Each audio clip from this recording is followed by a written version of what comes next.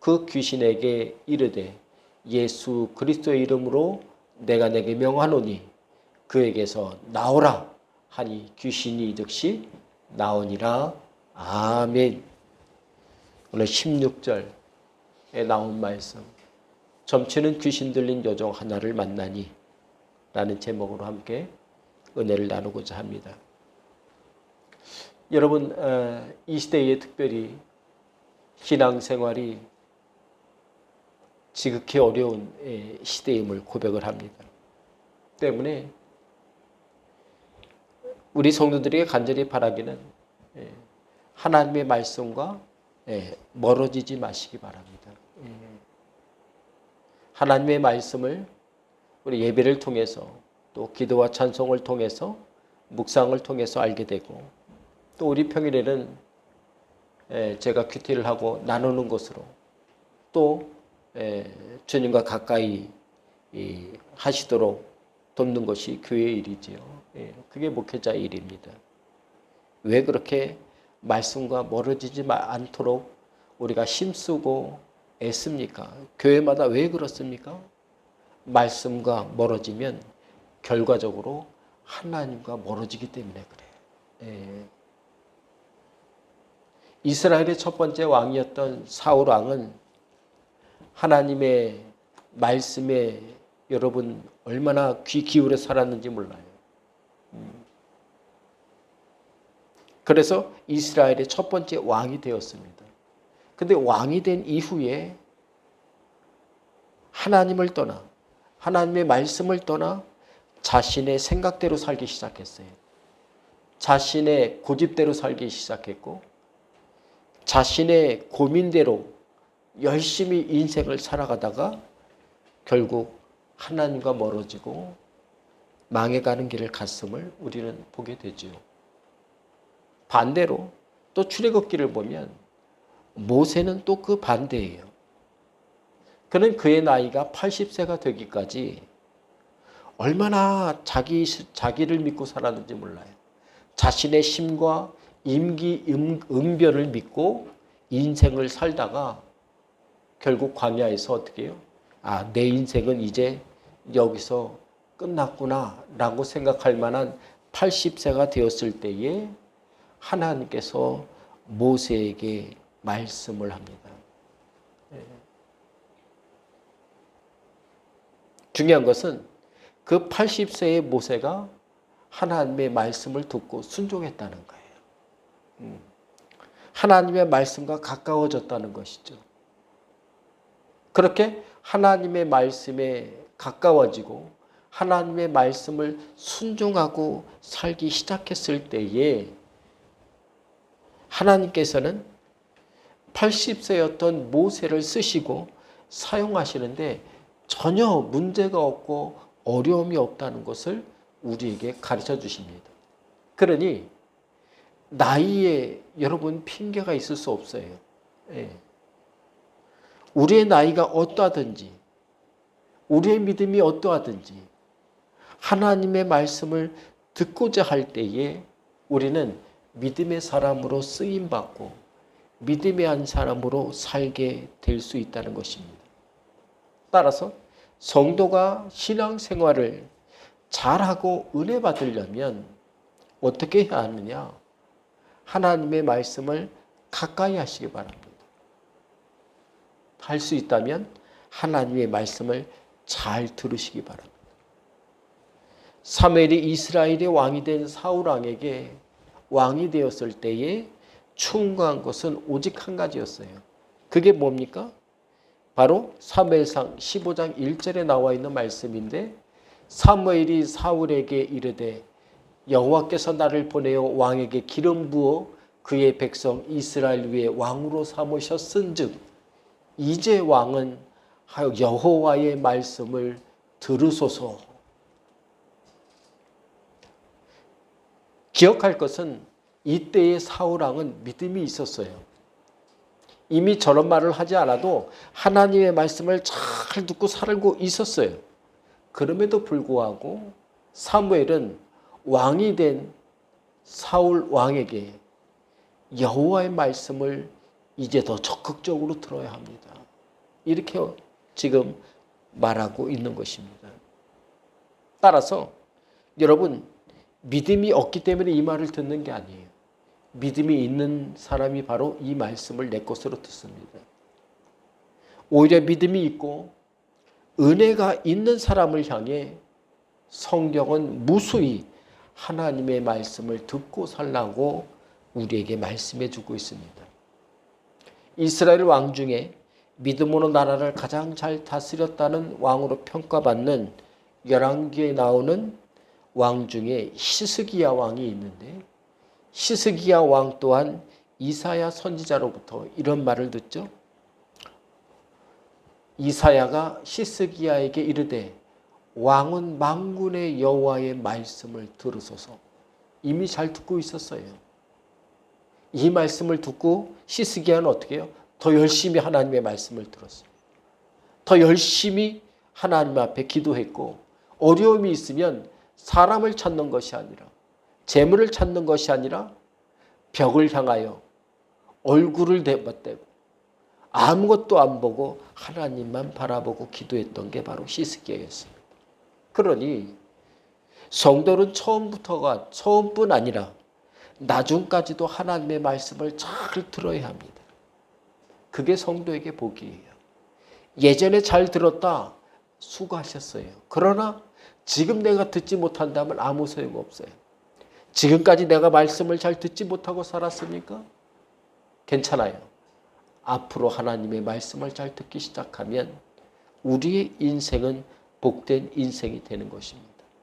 그렇다면 하나님의 말씀을 멀리 하다가 망한 사울왕은 어떻게 하다가 하나님의 말씀과 멀어져 망하게 된 것일까? 우리는 이것을 반면 교사 삼아야 되죠. 아, 이렇게 하면 망하는구나. 이렇게 하면 하나님의 말씀과 멀어지는구나. 이것을 우리가 알아야 돼요. 사울왕 초기에 사울왕은 하나님의 말씀을 가까이 하고 살았어요. 그런데 스스로 살만하니까, 군사가 옆에 있어 든든하니까 3,000명이나 넘는 군인을 자기의 왕궁 수비대로 삼아서 안전하다고 생각하니까 그때부터 어떻게 해요? 살만하니까 자기 생각대로 살기 시작합니다. 자기가 느끼는 대로 살기 시작해요. 그러면서 문제가 생기면 어떻게 해요?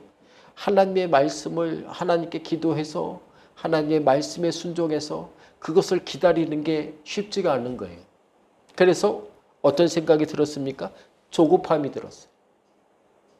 사람이 조급하면 어떻게 됩니까? 당장 눈앞에 보이는 인간적인 방법을 쫓아 살기 시작하는 거예요. 그것이 한 번, 두 번 하다 보니까 하나님의 말씀이 뒷전이 된 거예요. 우리도 마찬가지죠.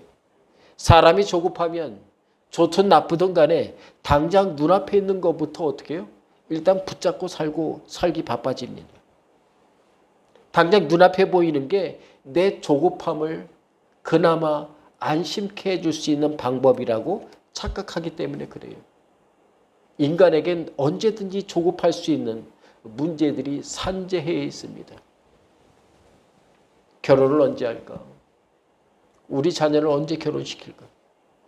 진학의 문제, 취직의 문제, 재정의 문제, 자녀의 문제, 질병의 문제, 우리 인생의 문제를 해결하고 사는데 우리 인간들이 얼마나 조급한 마음이 많은지 몰라요. 예.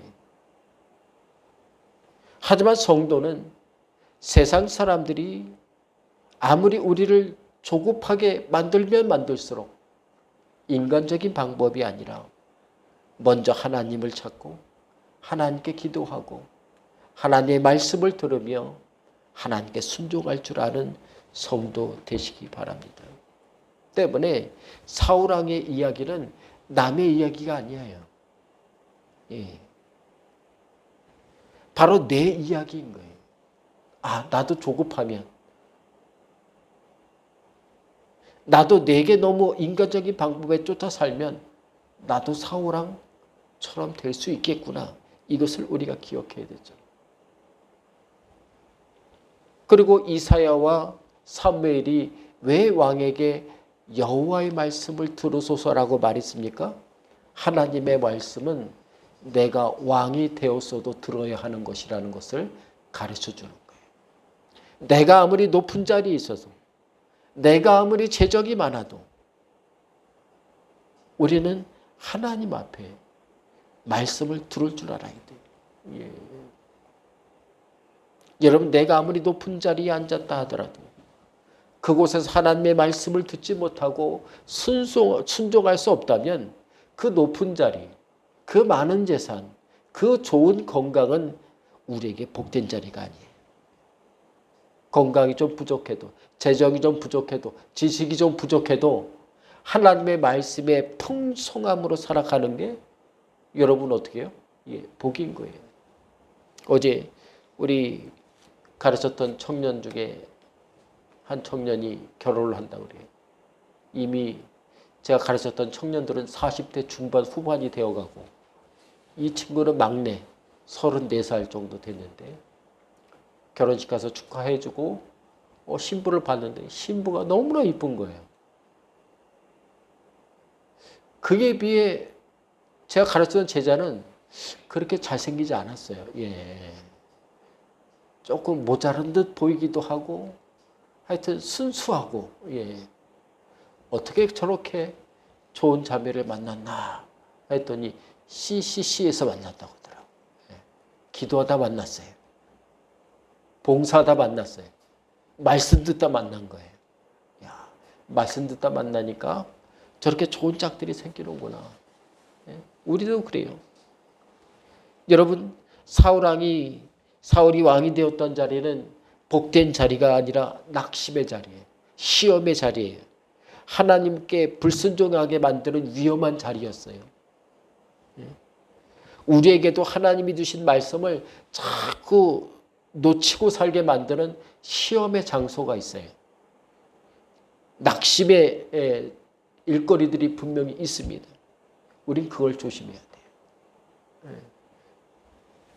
사무엘상 15장을 보면 사울왕은 일생일대의 가장 큰 전쟁이었던 아말렉과의 전쟁을 승리하게 됩니다. 사울왕은 이 전쟁의 승리로 어마어마한 전리품을 가지고 돌아오게 되었죠. 그러나 사울왕이 그렇게 위대한 승리라고 생각하고 돌아왔을 때에 사무엘은 이것은 승리한 전쟁이 아니라 실패한 전쟁이라고 꾸짖습니다. 사울왕은 전쟁에서 번쩍이는 좋은 전리품을 가지고 돌아오는 것이 자신의 임무라고 생각했지만은 하나님께서는 사울왕에게 분명히 말했습니다. 아말렉과의 전쟁에서 모든 것을 다 버리고 태우고 너는 무엇을 챙겨 돌아오길 바라셨습니까? 하나님 말씀에 순종하는 은혜의 전리품을 가지고 돌아오기를 바랬어요. 그런데 사울왕은 어떻게 해요? 눈에 보이는 금은 보화와 가축들을 데리고 돌아오는 것을 선택하고 만 것이죠. 이때부터 사울왕의 신앙은 바닥을 떨어뜨렸어요. 바닥이 되어버렸어요. 우리도 이 시대에 세상과의 전쟁과 다툼에서 위대한 전리품을 들고 인생을 살려고 애쓸 때가 있어요. 내가 이것만은 좀 내가 자랑하고 싶은데, 이것만은 내가 가지고 싶은데, 이것을 들고 내가 집으로, 교회로, 하나님 앞에 나오기를 바랄지 몰라요. 그러나 하나님께서는 세상에서 사는 우리를 향해 말씀에 순종하고 은혜의 깃발을 들고 돌아오는 사람이 되기를 바라셔요. 그런 믿음의 사람을 찾으세요. 살아가는 성도 여러분, 그러니 말씀에서 멀어지지 마시기 바랍니다. 주님으로부터 떨어져 살지 마세요.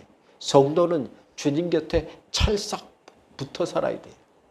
성도는 말씀 옆에서 말씀을 철석같이 들을 줄 알아야 하는 것이죠.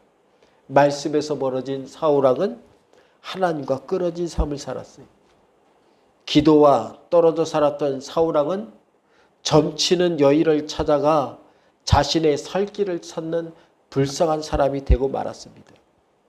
성도가 아무리 예수를 오래 믿었다 할지라도 기도와 말씀과 예배와 멀어지면 하나님을 경외하는 마음이 사라지게 되는 것이에요.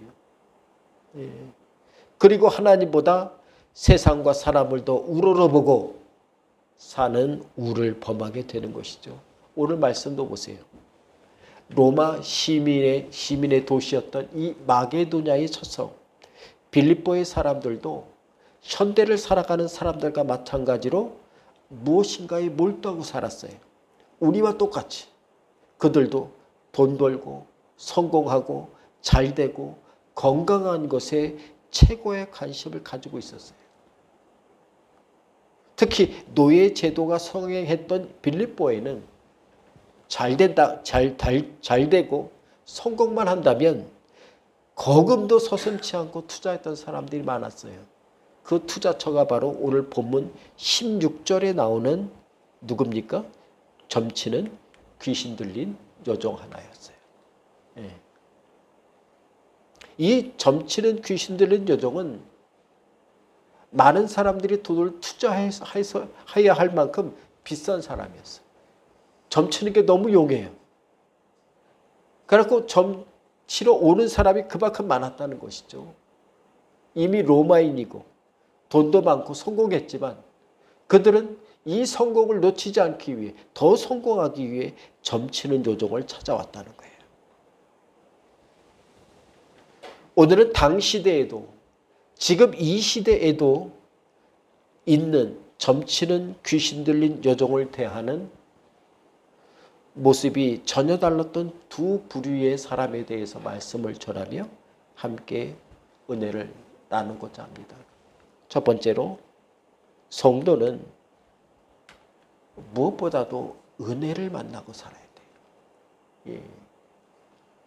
오늘 점치는 여종은 자신에게 점치는 사람들을 만나고 살았잖아요. 그런데 누구를 만나면서 인생이 바뀌었습니까?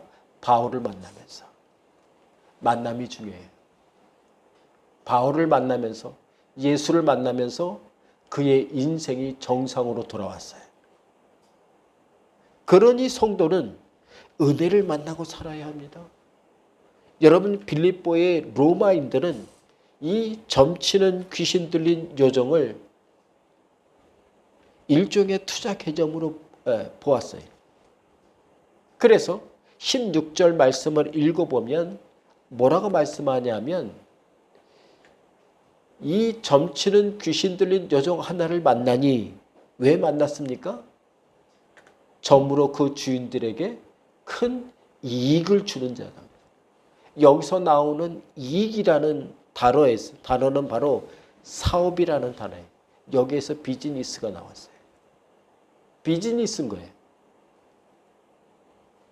점치는 귀신 들린 여종은 노예며 그들의 소유물이었습니다.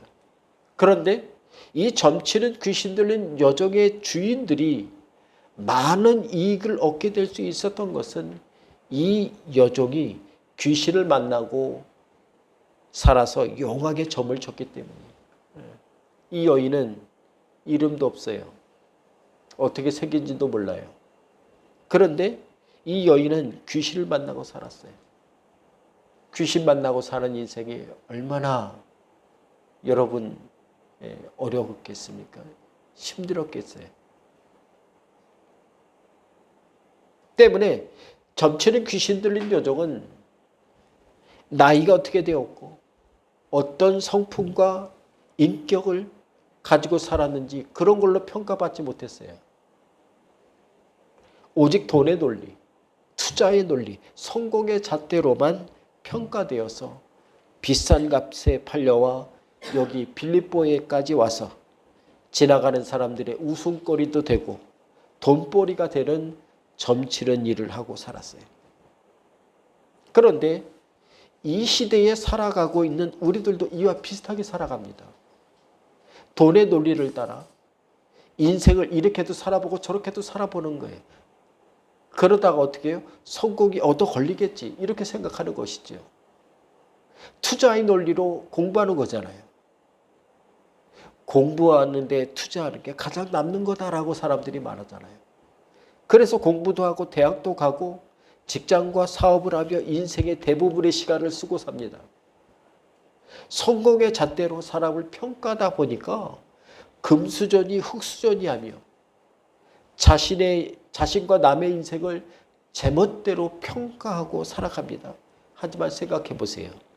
사람의 평가가 재물이나 성공 또는 머리의 좋고 나쁨 혹은 얼굴의 이쁨과 잘생김 집안과 가문에 따라 달라지는 것이 여러분 인간의 평가입니까? 아니에요. 그거 누가 만들었어요?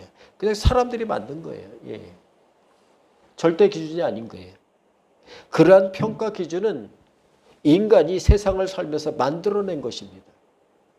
성경은 그와 반대로 우리를 향해 뭐라고 말합니까? 사람은 누구를 만나고 사느냐에 따라 인생이 달라진다고 가르쳐줘요. 그러면서 누구를 소개합니까? 예수를 소개하죠. 예수를 만나라는 거예요. 은혜를 만나라는 거예요. 말씀을 만나고 살라는 것이죠. 이게 변하지 않는 성경의 변치 않는 진리라는 것입니다. 오늘 말씀으로 돌아와서 점치는 귀신 들린 여종은 지금까지 누구를 만나고 살아왔습니까? 자신을 투자의 대상으로 여기는 사람들을 만나고 살았어요. 많은 돈을 들인 주인들에게 팔려서 점치는 여종으로 자신에게 점치러 오는 사람들만 만나고 살았어요. 자신에게 도움 주는 사람이 아니라 자신에게 어떻게 등골을 빼먹고 자신을 이용해서 어떻게 행운이라도 얻어볼까 하는 그런 사람들을 만난 거예요. 사업으로 만난 파트너였지만 그녀가 얻는 것은 아무것도 없었습니다. 점치는 대상으로 사람들을 만나며 늘 귀신을 만나고 사는 그런 인생을 살았어요. 그러다가 사도 바울의 기도로 인해서 점치는 귀신 들린 여종에게서 귀신이 쫓겨나게 되었을 때에 그 주인들의 반응이 어떠했습니까? 이후에 말씀 다시 한번 보겠습니다마는 바울과 실라를 붙잡고 죽이려고 달려들어서 고소하고 여러분 끌고 가 감옥에 쳐넣었잖아요. 그만큼 어떻게 해요? 자신의 인생에 손해봤다는 거예요. 자신이 목숨처럼 여기던 재정에 불이익을 크게 보았기 때문에 그렇게 반응한 것입니다. 성도 여러분, 우리 성도들은 인생을 살면서 그러니 아무나 만나고 살면 안 돼요. 하나님의 백성은 하나님의 말씀을 만나고 살아야 돼요. 하나님이 주신 은혜를 만나고 살아야 돼요. 성도는 주님을 만나고 동행하고 살아야 하는 것입니다. 주님을 만나고 사는 것을 통해 우리에게 구원의 꽃이 피고 은혜의 열매가 거두어지는 거예요. 앞서 살펴보았던 자색 옷감장사 루디아가 인생에서 어떤 귀중한 것을 남겼는지 우리는 알 수 없습니다. 그러나 현대의 이 그리스 빌립보, 그리스 말로는 필리피라고 하는 곳에 가보면 그 성문 밖에 흐르는 강이 있는데 그 강 이름이 간지테스 강이에요. 예. 뭐 큰 강도 아닙니다. 그 간지테스 강 바로 앞에 그녀의 루디아의 집터 위에 루디아 기념교회가 지금 세워져 있어요. 예. 그리고 그 주변의 모든 것들이 전부 루디아와 관련된 건물들이 있는 거예요. 그래서 루디아 호텔. 다 루디아 이름이에요. 이걸 통해서 우리는 루디아가 자신의 부와 명예와 성공을 남기고 산 게 아니라 주님을 만남을 통해 믿음을 남겼다는 것을 우리가 알 수 있어요. 그리고 구원의 은혜가 나에게도 흘렀다면 바로 당신에게도 흐를 수 있다는 것을 우리에게 알려주고 있는 것입니다. 사랑하는 성도 여러분, 오늘 점치는 귀신 들린 여종을 내 가까운 사람으로 생각해 보세요. 얼마나 불쌍합니까?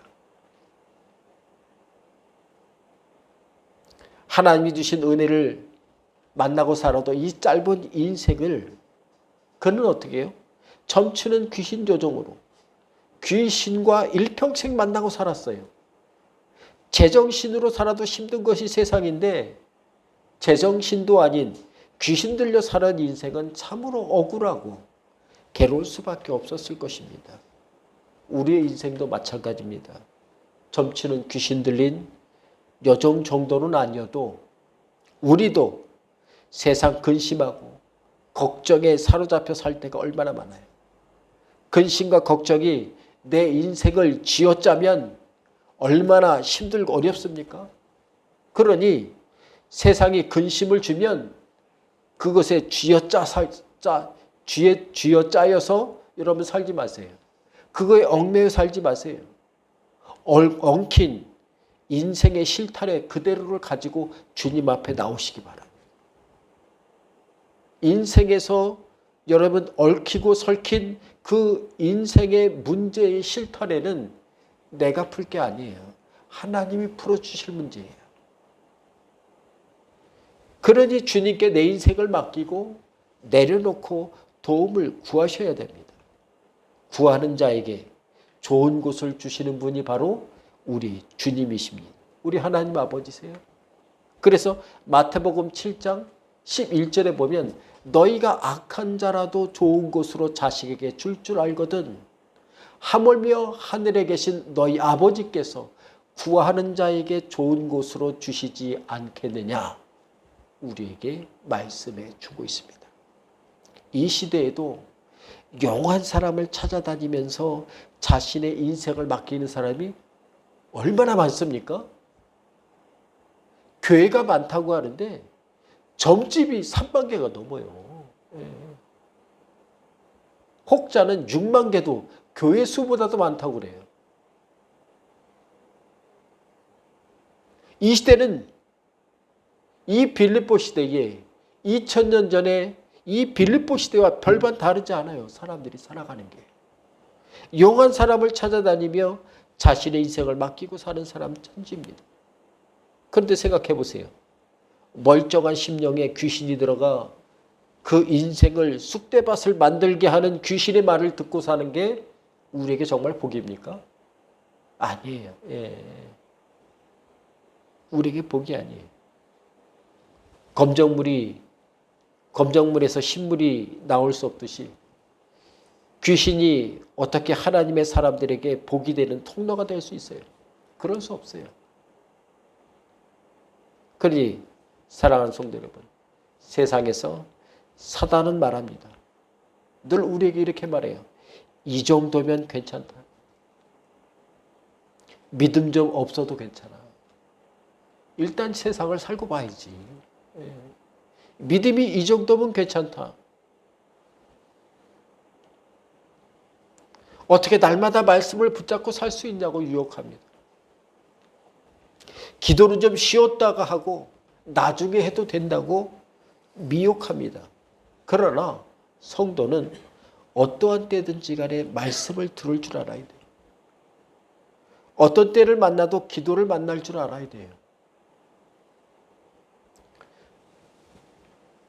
오늘 점치는 귀신 들린 여종은 바울을 만남으로 그의 인생에 꽃이 피고 은혜가 피게 되었음을 우리에게 알려줍니다. 우리 또한 어디서든지 주의 말씀을 만나고 은혜를 만나고 기도와 감사를 만나고 살아가는 데 부족함이 없는 우리 성도 되시기를 주님의 이름으로 간절히 바랍니다. 두 번째로 은혜를 만나고 살려면 여러분 무엇보다도 주님을 가장 앞에 두고 살아야 합니다. 그래야 은혜를 만나는 거예요. 여러분 오늘 말씀에 나오는 점치는 귀신 들린 여종은 지금까지 누구를 만나고 살았습니까?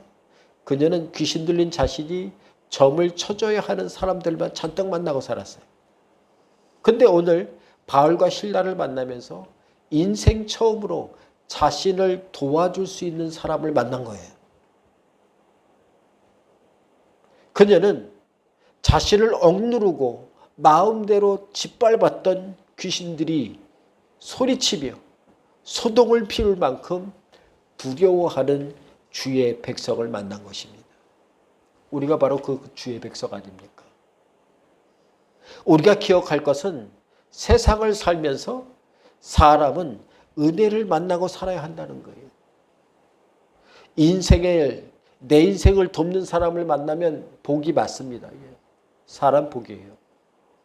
내 삶의 방향을 바꿀 만한 길을 만나면 큰 복이에요. 내 인생의 반쪽을 만나면 우리는 그것을 축복이라고 말합니다. 그러나 내 인생에서 예수 그리스도를 만나지 못하고 믿지 못하면 내가 받았던 그 많은 복이 아무 소용없다는 거예요. 아무것도 아니에요. 그거는. 예수가 없다면 아무것도 아니에요. 인생이 끝나면 지옥에 떨어지는데 어떻게 그 인생이 복이 되고 축복이 될 수 있습니까? 오늘 말씀을 보세요. 인생의 대부분을 점치는 귀신 들린 여종으로 살았던 여인이 바울과 실라를 만났습니다. 바울과 실라는 이 점치는 귀신 들린 여종을 자신을 돈을 주고 산 사람들이나 자신에게 점을 보러 오는 사람들과 다르게 대했어요. 가장 먼저 바울은 점치는 귀신 들린 여종을 불쌍히 여길 줄 알았어요. 아무도 그녀를 불쌍히 여기지 않았어요. 용하다. 돈벌이가 되는 사람이다. 일 잘하는데. 남들은 그렇게 봤는데 바울은 믿음으로 그녀를 봤더니 이 점치는 귀신 들린 여종이 불쌍히 여겨졌습니다. 그래서 결국 기도하러 갈 때마다 만났을 때 힘이 괴로웠어요. 그런데 바울과 실라만 점치는 귀신 들린 여종을 불쌍히 여겼겠습니까? 아니에요. 남들도 다른 사람들도 그녀를 불쌍히는 여길 줄 알았어요. 그러나 불쌍히 여겨도 그녀를 도와줄 방법이 없는 거예요. 방법이 없어요. 왜 점치는 귀신 들린 여종을 불쌍히 여기는 사람들은 있는데 도와주는 사람은 지금까지 아무도 없었던 것입니까? 그것은 바로 사람들이 어떻게 해요? 살기 바빴기 때문에 그래요. 바쁘면 지나치기 쉬워요. 이 시대를 보세요. 사람들은 일하느라 바빠요. 자기 일하느라고 바빠요. 남 일 신경 쓸 새가 없어요. 점치는 귀신들 여종을 도와주는 것보다 돈을 벌고 점을 치고 성공하고 사는 것에 더 바빴어요. 그래서 점치는 귀신 들린 여종의 불쌍함은 알았지만 도와주지 못했어요. 이 시대를 살아가는 우리도 이런 말을 합니다. 오늘 정신없이 바빴어요. 정말 정신없이 바빴어요. 몸이 둘이라도 모자랄 만큼 일했어요. 너무 일이 많아서 내일 에너지까지 끌어다가 오늘 다 썼어요. 여러분, 사람이 일에 바쁘면 아무리 신앙이 좋아도 하나님이 내 삶의 맨 뒤에 가 있습니다. 하나님, 내가 지금 바빠요. 조금만 기다리세요. 조금만 기다리세요. 너무나 바쁘니까 하나님, 내가 지금 너무 바쁜데 어떻게 하나님의 말씀이 눈에 들어올 수 있겠어요? 조금만 기다려 주세요.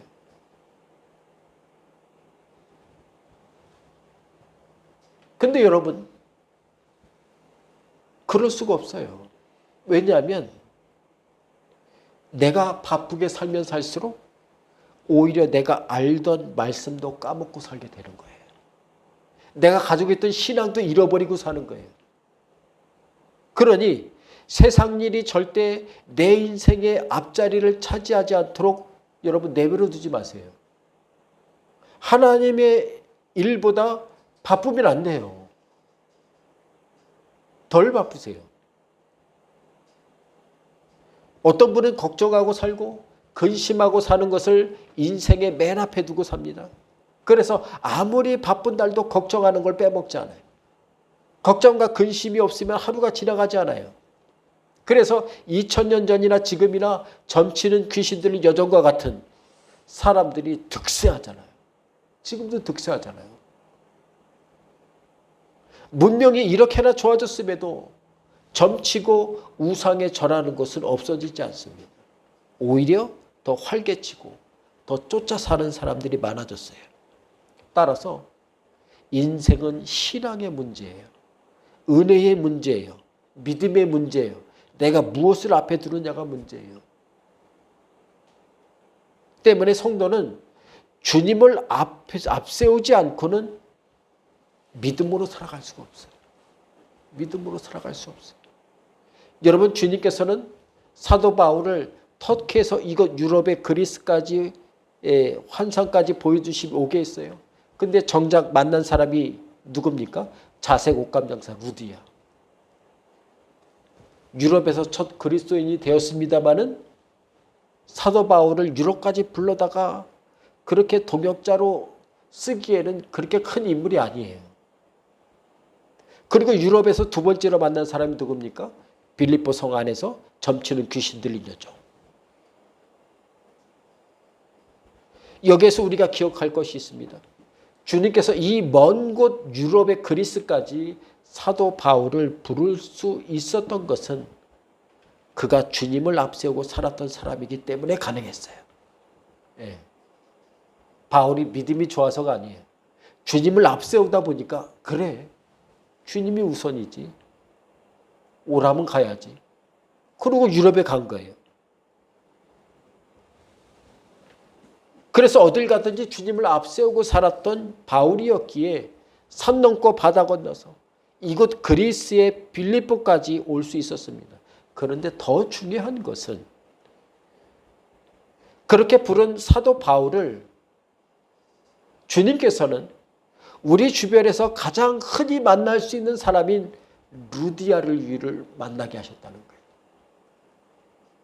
더 심하게는 점치는 귀신 들린 여종을 만나게 하기 위해서 사도 바울을 기꺼이 불러서 사용하셨다는 거예요.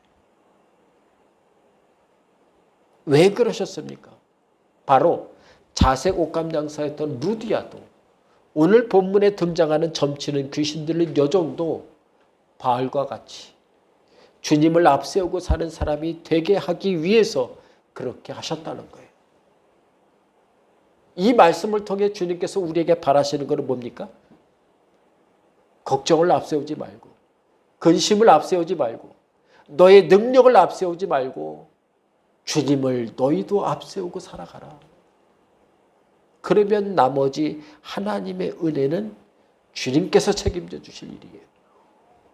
사랑하는 성도 여러분, 너무 바빠 주님을 내 삶의 맨 뒤로 보내고 살기 쉬운 시대입니다.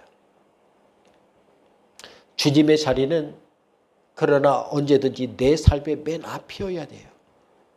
그래야 내 삶과 마음에 불이 나는 일이 생겨도 주님께서 꺼주세요. 금방 꺼주세요.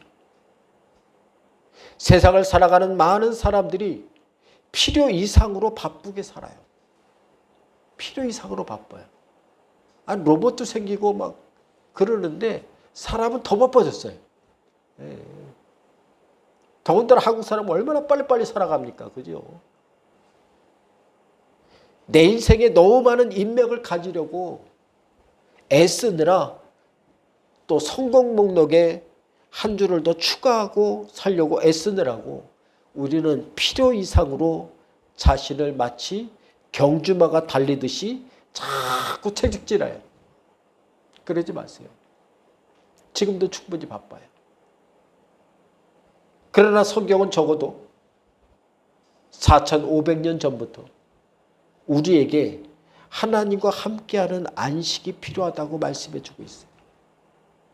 그리고 그 안식은 오직 성도가 주님을 맨 앞에 앞세울 때에만 가능하다는 거예요. 오늘 주일이 어떤 날입니까? 주님을 앞세우는 날이에요. 이 앞세운 날을 한 주간 동안 내가 주님을 앞세고 살아감으로 주일의 안식을 일주일 내내 누리고 사는 것이 바로 주일의 목표인 것이죠. 우리의 가정에서, 직장에서, 일상에서도 여러분 안식을 누리고 살길 바랍니다. 그러려면 주님을 내 삶의 맨 앞에 모시고 살길 바랍니다. 그래서 주님을 모시고 사는 사람들에게 이 많은 놀라운 은혜를 경험하고 간증하고 살게 되기를 바라는 것이죠. 그 간증은 바로 다른 사람들에게도 전해지고 감동이 되는 거예요. 오늘 본문은 그 첫 번째가 귀신이 쫓겨난다고 가르쳐주고 있습니다.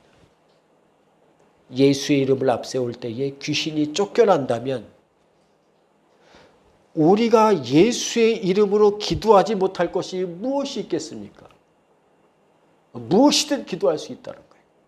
이 한 주 주님을 앞세우고 주님의 은혜를 하루하루 받아 살아감으로 감사와 간증이 가득한 우리 선한교회 모든 성도 되시기를 주님의 이름으로 간절히 바랍니다. 기도하겠습니다. 하나님 감사합니다. 우리를 소중한 자녀 삼으신 아버지 하나님, 오늘 하나님의 백성으로 살아가도록 예수의 복음을 듣고 그것을 인정하고 주님을 앞세우고 살도록 아버지 믿음 주신 아버지 하나님, 이 한 주간 살아갈 때 우리 어디든지 하나님의 은혜 가운데 살게 하시고 하나님을 앞세우고 살아감으로 우리의 부족함들이 하나님에 의해 채워지고 하나님에 의해 감사가 넘쳐나게 하심으로 아버지의 간증이 세상 곳곳에 퍼져 흘러나도록 넘쳐나도록 주여 도와 주옵소서. 각 가정마다 간절히 기도하는 제목들이 있습니다. 아버지, 그 귀중한 제목들 주님을 앞세우고 기도하오니 우리의 건강의 문제도, 우리의 치료의 문제도, 우리의 재정의 문제도, 공부의 문제도, 직장과 사업의 문제도 주님께서 만져 주옵소서. 우리의 삶의 모든 걸 주께 맡길 때마다 주님만을 앞세우고 살길 간절히 소원하며 우리 주 예수님의 이름으로 간절히 기도하옵나이다. 아멘.